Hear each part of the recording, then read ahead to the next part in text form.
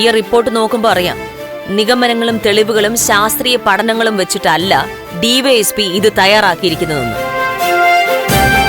ബന്ധങ്ങൾ വെച്ചിട്ടാണ്.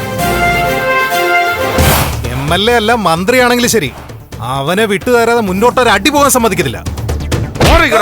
അവന്റെ ദേഹത്ത് കൈവയ്ക്കുന്നു. ചേച്ചി എസ്തപ്പാനും കൂടി അരുന്ധതി മാഡത്തോട് നേരിട്ട് പറഞ്ഞല്ലേ ഋഷി എസ്തപ്പാന്റെ കസ്റ്റഡിയിലുണ്ടെന്ന്? ഋഷി ജീവനോട് വീട്ടിൽ ഇരിക്കുമ്പോ മരിച്ചുപോയെന്നും പറഞ്ഞ് നാടകം അഭിനയിച്ചവരല്ലേ ആ അരുന്ധതി മാഡം. അവരുടെ രഹസ്യങ്ങൾ അറിയാൻ ഇങ്ങനെയൊക്കെ പറയേണ്ടി വരും. അല്ല, അങ്ങനെയല്ല. നമ്മൾ പറഞ്ഞത് വാർത്തയാക്കുന്നുണ്ടെങ്കിൽ വാർത്തയാക്കട്ടെ. ബാക്കി എന്ത് വേണോന്ന് അപ്പ നോക്കാം.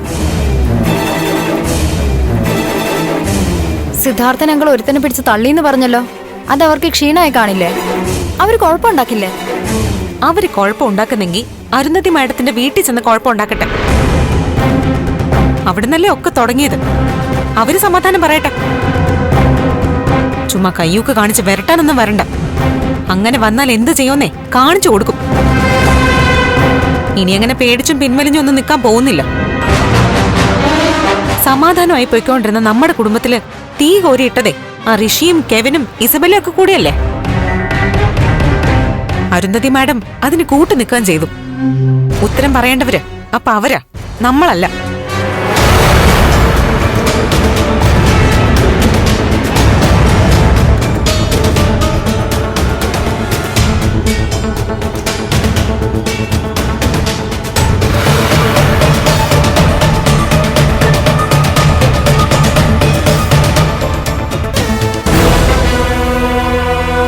ഷൈജൻ,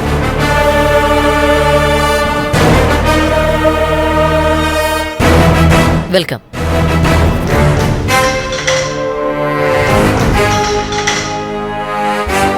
സക്കീർ, വെൽക്കം. ഇങ്ങനെയൊരു അന്വേഷണത്തിന് എന്റെ ടീമിൽ എനിക്ക് വേണമെന്ന് ഞാൻ ആവശ്യപ്പെട്ടത് സക്കീറിനെ ഷൈജനെ. നമ്മുടെ ടീം ഒരന്വേഷണത്തിന് വേണ്ടി വീണ്ടും ഒന്നിച്ചിരിക്കുകയാണ്.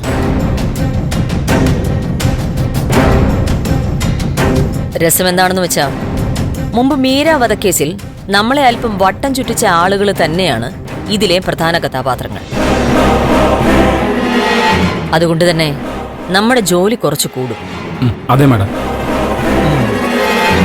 പ്രതി ആരാണ്, വാദി ആരാണ് എന്നൊന്നും അറിയാത്ത അവസ്ഥയാണ്.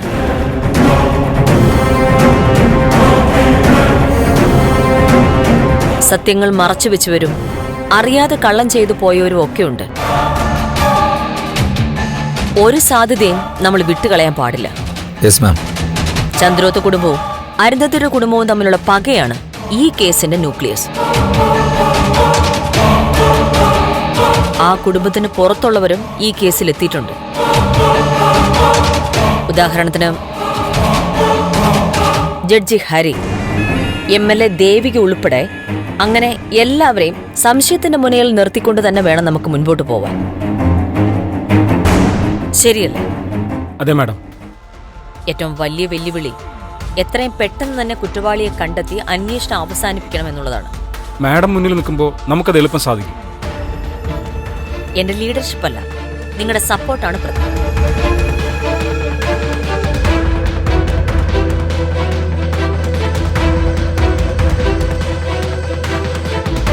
ഇതാണ് ഐസക് കുരുവിളയുടെ കേസ് ഫയൽ. ഇതൊന്ന് തുറന്നു പോലും നോക്കരുത്. അട്ടർ വേസ്റ്റ് ആണ്. ഷൈജൻ, ഈ അന്വേഷണ റിപ്പോർട്ട് നമുക്ക് ആവശ്യമില്ല. ഓക്കെ? ഈ അന്വേഷണത്തിൽ നമ്മൾ രഹസ്യമായിട്ട് നിരീക്ഷിക്കുന്ന ഒരാള് ഐസക് കുരുവിളയാണ്.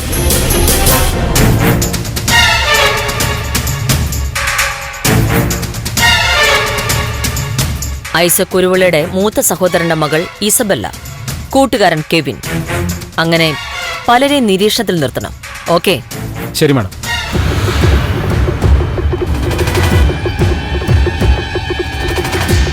ഇസബല്ല ഇപ്പം വിദേശത്താണ്. ചിലപ്പോ അവളെ വരുത്തേണ്ടി വരും. മാഡം, എസ്തപ്പാന്റെ വീട്ടിൽ നിന്നാണ് നന്ദനെ കാണാതായിരിക്കുന്നത്. എസ്തപ്പാൻ ഒരു കൊടും കുറ്റവാളിയാ. മുൻപ് കുറ്റവാളിയായിരുന്നു. പക്ഷേ ഇപ്പോൾ അയാൾ നന്ദനെ സംരക്ഷിച്ച് നിർത്തുകയാണ്. എന്തായാലും എസ്തപ്പാൻ ഉൾപ്പെടെയുള്ളവരെ വിശദമായിട്ടൊന്ന് ചോദ്യം ചെയ്യണം. പിന്നെ ഏറ്റവും കൂടുതൽ ക്ലാരിറ്റി വരുത്തേണ്ടത് ഋഷിയുടെ കാര്യത്തിലാണ്. അത് വാസ്തവത്തിൽ ഒരു കെട്ടുകഥ പോലെയാണ് കിടക്കുന്നത്. എന്തായാലും നമുക്ക് ഇന്നു മുതൽ അന്വേഷണം ആരംഭിക്കാം. ഒരുപാട് വെല്ലുവിളികളും പ്രതിസന്ധികളും ഉണ്ടായേക്കാവുന്ന ഒരു അന്വേഷണമാവാൻ സാധ്യതയുണ്ടിത്. എല്ലാം അതിജീവിച്ച് നമുക്ക് ഈ കേസ് തെളിയിക്കാൻ സാധിക്കണം. ഡിവൈഎസ്പി കുരുവിളയുടെ റിപ്പോർട്ട് ചവിറ്റോട്ടലിട്ടുള്ളൂ. പക്ഷേ ലോക്കൽ പോലീസിന്റെ പക്കലുള്ള ഏത് രേഖയും നന്ദനെ സംബന്ധിക്കുന്നതും അരുന്ധതിയുടെ മകൻ ഋഷിയെ സംബന്ധിക്കുന്നതും ഇന്ന് തന്നെ കിട്ടണം. എന്നാ നിങ്ങൾ പൊയ്ക്കോളൂ. വൈകിട്ട് നമുക്ക് ഒന്നുകൂടെ കാണാം.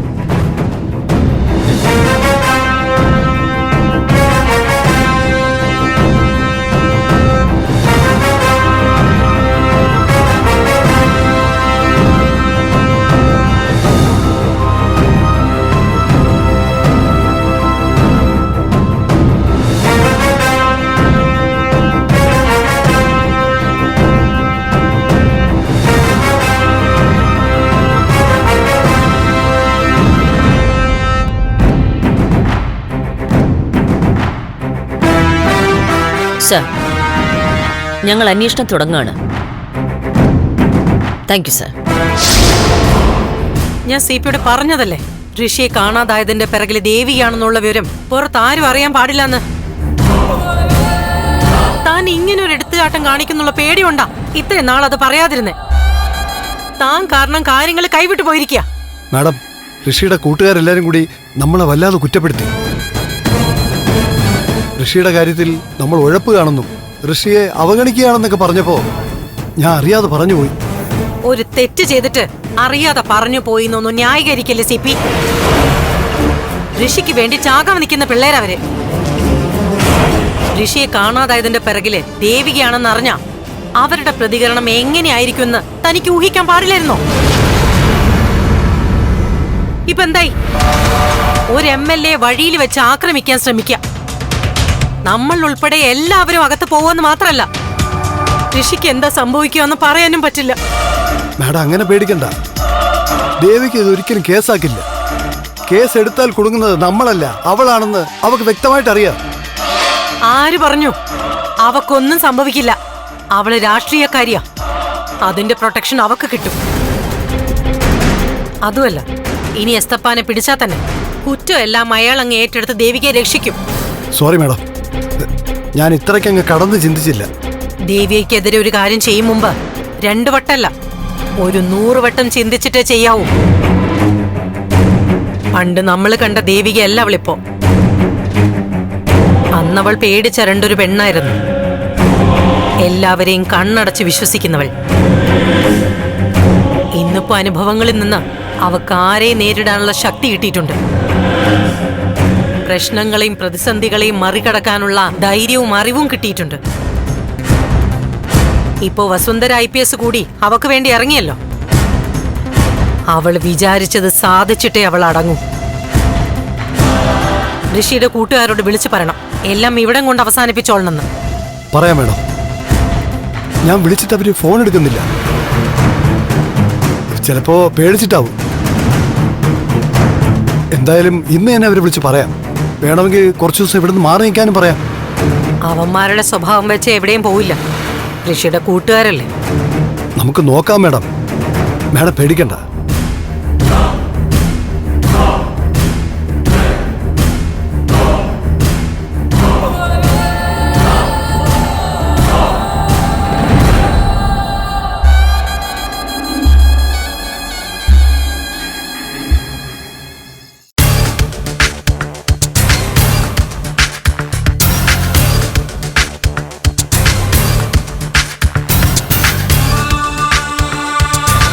ത്യാഗരാജൻ ചേട്ടൻ എന്താ ആലോചിക്കുന്നത്? ഒരു വെടിക്ക് ഒരുപാട് പക്ഷികളാണല്ലോടാ പ്രകാശ് മേനോനെ. എന്താ? അല്ല, നമ്മൾ വെച്ച വെടി ഋഷിക്ക് കൊണ്ടു, നന്ദന് കൊണ്ടു. ഇപ്പൊ ഇത് വെടികൊണ്ട് മരിക്കാൻ ചെസ് നമ്പർ 3 കൂടി സ്റ്റേജിലേക്ക് എത്തിയിരിക്കുക. വസുന്ധര IPS. അവരെ അന്വേഷണത്തിന് വെച്ചത് ദേവികയല്ല പ്രകാശൻ, ദൈവ. എന്തിനു വേണ്ടിയാണ് ഈ കേസിൽ ദൈവം അവരെ കൊണ്ടിട്ടതെന്ന് എന്നോട് ചോദിക്കും. എന്തിനാ? നിന്റെ കൈകൊണ്ട് തീരാൻ, നിനക്ക് പകരം ചോദിക്കാൻ. അന്ന് മീര കേസിൽ നിന്നെ പൊക്കിയത് ഇവരല്ലേ? നിന്റെ ഭാവി കളഞ്ഞതും നിന്റെ ജീവിതം വട്ടപൂജ്യമാക്കിയതൊക്കെ വസുന്ധരയല്ലേ?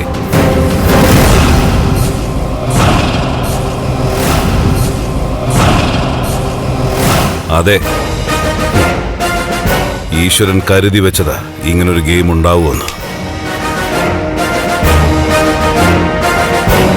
നോക്ക് പ്രകാശേ, ഇനി കാര്യങ്ങൾ നിന്റെ കയ്യില. നിന്നെ ജയിലിലാക്കിയതിന് പകരം ചോദിക്കാനുള്ള സുവർണാവസര നിന്റെ കയ്യിൽ കിട്ടിയിരിക്കുന്നു. ചേട്ടൻ പറയുന്ന നേരാ. എനിക്ക് വീണ് കിട്ടുന്ന ഭാഗ്യത്. ചേട്ടൻ എന്നെ പരോളിലിറക്കിയത് തന്നെ ഈ ഒരു കണക്ക് ചോദിക്കലിന് വേണ്ടി തന്നെയാവും. സൂക്ഷിക്കണം.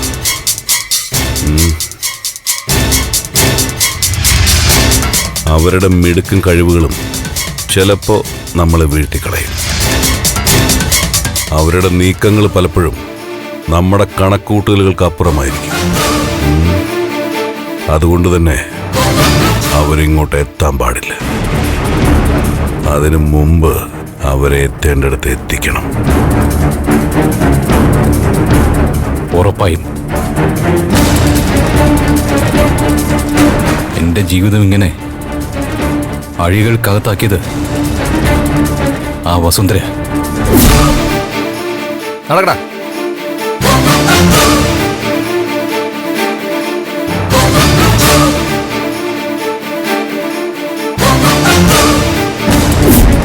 പകരം അവരെ പെട്ടിയിലാക്കി ആണിയടിക്കണം. അതിനുവേണ്ടി ഞാൻ ഒരുങ്ങുക.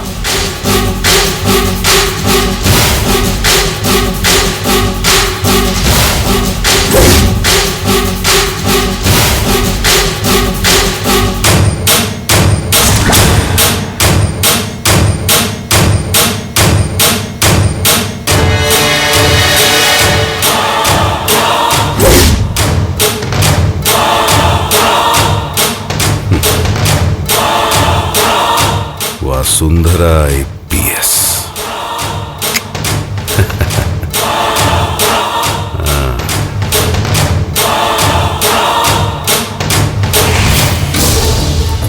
ആ DYSPക്ക് അങ്ങനെ തന്നെ വേണം. ചേച്ചി എത്ര ദിവസം അയാളോട് റിക്വസ്റ്റ് ചെയ്തതാ. ഒരു MLA എത്ര നിസ്സാരമായിട്ട് അയാൾ അവഗണിച്ച്. ഇപ്പൊ കരഞ്ഞു പിടിച്ച് ഓടുന്നുണ്ടല്ലോ. അയാൾക്ക് അന്വേഷിക്കാൻ പറ്റില്ലല്ലോ, അയാളും ഇതിൽ ഉൾപ്പെട്ടിരിക്കല്ലേ. എന്തായാലും വസുന്ധര മാഡം എല്ലാത്തിനെയും പൊക്കും.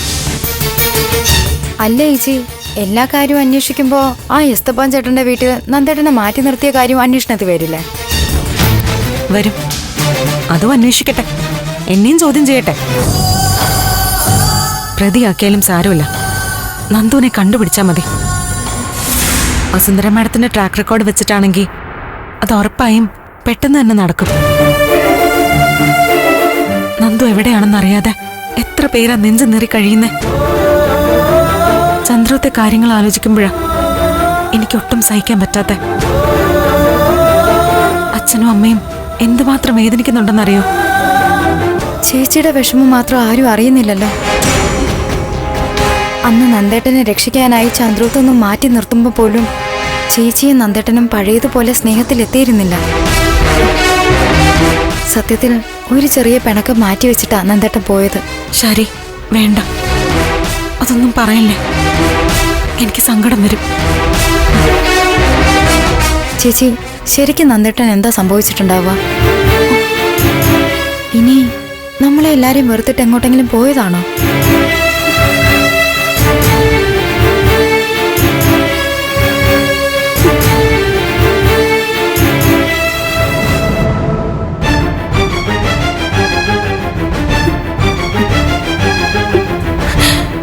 അയ്യോ ചേച്ചി, ഞാൻ വിഷമിപ്പിക്കാനായി ചോദിച്ചല്ല.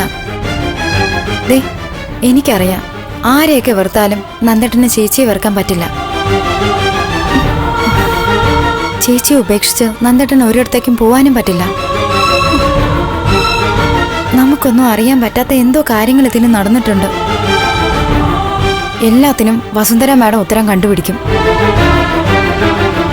വസുന്ധര മാഡത്തിന് സാധിക്കുന്നില്ലെങ്കിൽ പിന്നെ ആരെ കൊണ്ടോ അത് പറ്റുമെന്ന് തോന്നുന്നില്ല.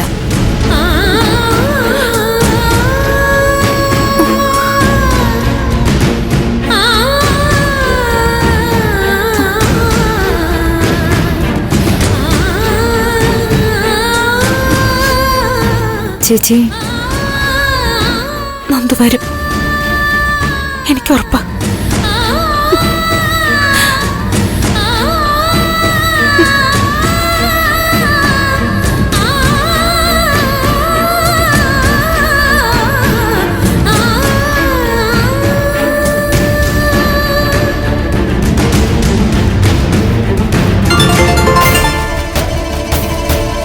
ഹലോ പ്രഭേ. ഹരിയേട്ടാ, ഇവിടുത്തെ കാര്യങ്ങളൊക്കെ അറിഞ്ഞു കാണുമല്ലോ അല്ലേ? ആ, അറിഞ്ഞു. വസുന്ധര ചാർജ് എടുത്തതും അന്വേഷണം തുടങ്ങിയ കാര്യങ്ങളൊക്കെ ഞാൻ അറിഞ്ഞു. ഇനിയിപ്പോ ഒരു പ്രതീക്ഷയുണ്ടെന്ന് കരുതിയതാ ഞാൻ. പക്ഷേ പ്രഭേ, താൻ സമാധാനമായിട്ടിരിക്കുക. ഈ കേസിന് വസുന്ധര തുമ്പുണ്ടാക്കും. നമ്മുടെ നന്ദൻ തിരിച്ചു വരികയും ചെയ്യും. അങ്ങനെ തന്നെയാ സിദ്ധുവും ദേവികയും ഒക്കെ പറയുന്നത്. പക്ഷേ എനിക്കെന്തോ അതിലത്ര വിശ്വാസമൊന്നുമില്ല. അതെന്ത് പറ്റി? വസുന്ധര ഇവിടെ വന്ന് ഞങ്ങളെന്തോ കുറ്റം ചെയ്തതുപോലൊക്കെയാ പെരുമാറിയത്. നന്ദനെ മാറ്റി നിർത്തിയതിലും അവർ ദേഷ്യപ്പെട്ട് സംസാരിച്ചു. പ്രഭേ, നിയമത്തിന്റെ മുമ്പിൽ നമ്മൾ ചെയ്തത് തെറ്റ് തന്നെയാണ്. വസുന്ധര മുഖം നോക്കാതെ കാര്യങ്ങൾ മുന്നോട്ട് കൊണ്ടുപോകുന്ന ആളായതുകൊണ്ടാണ് എല്ലാം ഇങ്ങനെ വെട്ടിത്തുറന്ന് പറയുന്നത്. അതിൽ പ്രഭ വിഷമിക്കൊന്നും വേണ്ട. എല്ലാരും ഇങ്ങനെ പറയുന്നത് കേൾക്കുമ്പോ ആശ്വാസം തോന്നുന്നുണ്ട്. എടോ, താൻ ധൈര്യമായിട്ടിരിക്കുക. പിന്നെ ഋഷിയുടെ കൂട്ടുകാര് വഴിയിൽ ബഹളം ഉണ്ടാക്കിയതൊക്കെ അറിഞ്ഞില്ലേ? ആ, അതൊക്കെ ഞാൻ അറിഞ്ഞു. സിദ്ധുവിനെ നേരിട്ട് കണ്ട് ഞാൻ സംസാരിക്കുന്നുണ്ട്. ദേവിക്ക് ഒരു MLA അല്ലേ? സിദ്ധുവും നല്ല സ്വാധീനമുള്ള നേതാവ്. അവരെ പരസ്യമായിട്ട് ആക്രമിക്കാന്ന് വെച്ചാ അതൊക്കെ വെറും ഷോ ഓഫായിട്ട് കണ്ടാ മതി. എന്തായാലും സിദ്ധു നല്ല ധൈര്യത്തോടെ നിന്നു. പക്ഷേ എനിക്കെന്തോ വല്ലാത്ത പേടിയാ ഹരിയേട്ടാ. ഏയ്, ഒന്നും പേടിക്കേണ്ട പ്രഭേ, ഞങ്ങളൊക്കെ ഇല്ലേ.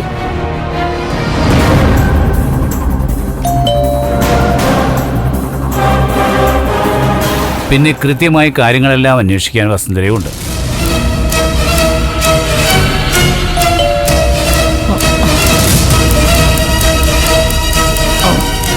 ആരോ വന്നു തോന്നുന്നു. ഞാൻ പിന്നെ വിളിക്കാം ഹരിയേട്ടാ. ആ, അല്ല, സിദ്ധു ഇല്ലേ അവിടെ? ആ, ഉണ്ട്.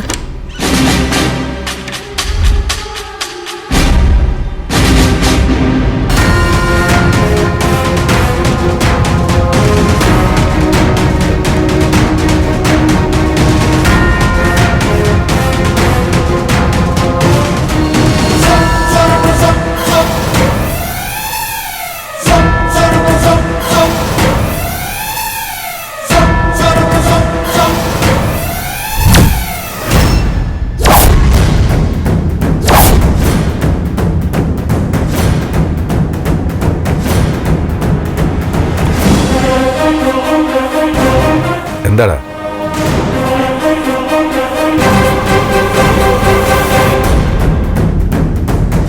ഇന്ന് നടുറോട്ടി വെച്ച് സാറിനെ പിടിച്ചു കളിയെ മറന്നുപോയോ? എന്നാ പിന്നെ നേരിട്ട് കണ്ട് ചോദിക്കാന്ന് വിചാരിച്ചു. എവിടെയാ നിങ്ങൾ അവനെ പൂട്ടിയിട്ടിരിക്കുന്നത്? എടാ പിള്ളേരെ, വെറുതെ പ്രശ്നം ഉണ്ടാക്കാതെ വീട്ടിൽ പോ. ചെല്ല് ചെല്ല്. വീടാ മരം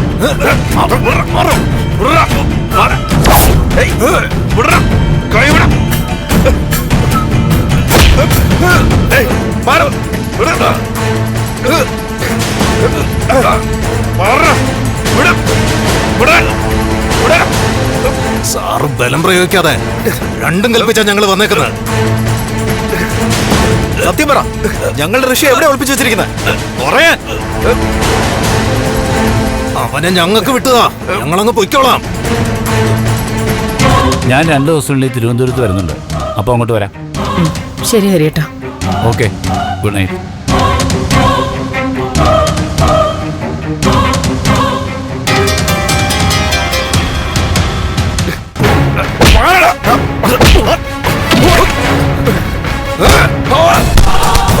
അടിച്ചു കൊല്ലടാ.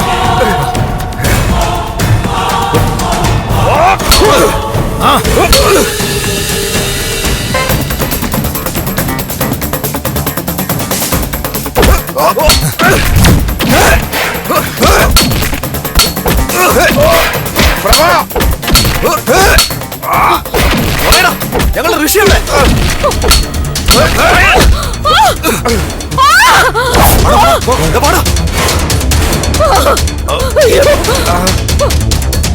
അയ്യോ സിദ്ധു, സിദ്ധു, അയ്യോ സിദ്ധു, സിദ്ധു, സിദ്ധു എന്താ പറ്റി? അയ്യോ അയ്യോ സിദ്ധു, സിദ്ധു, സിദ്ധു, അയ്യോ